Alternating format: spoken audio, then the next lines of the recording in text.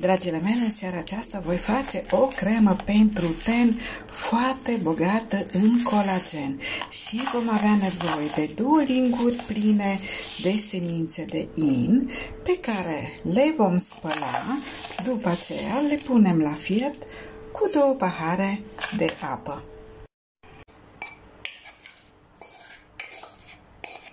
Și așa vom extrage colagenul din semințele de in. Este extract pur de colagen.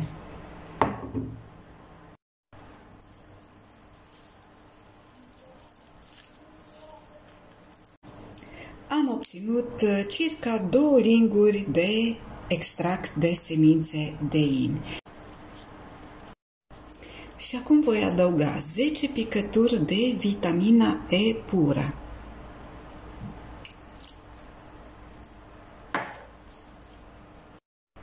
2 lingurițe de ulei de migdale dulci,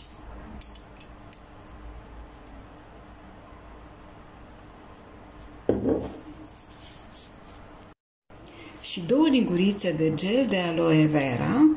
Puteți să puneți gel de aloe vera pur sau, așa cum am eu, cu 3% acid hialuronic. Și vom omogeniza foarte bine. Omogenizăm foarte bine.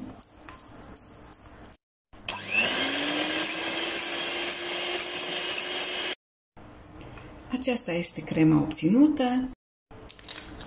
O puteți folosi pentru toate tipurile de ten.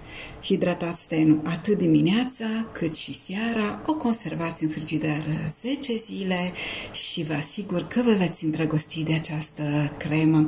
Vă va lăsa pielea foarte hidratată, luminoasă și, bineînțeles, combate împotriva ridurilor.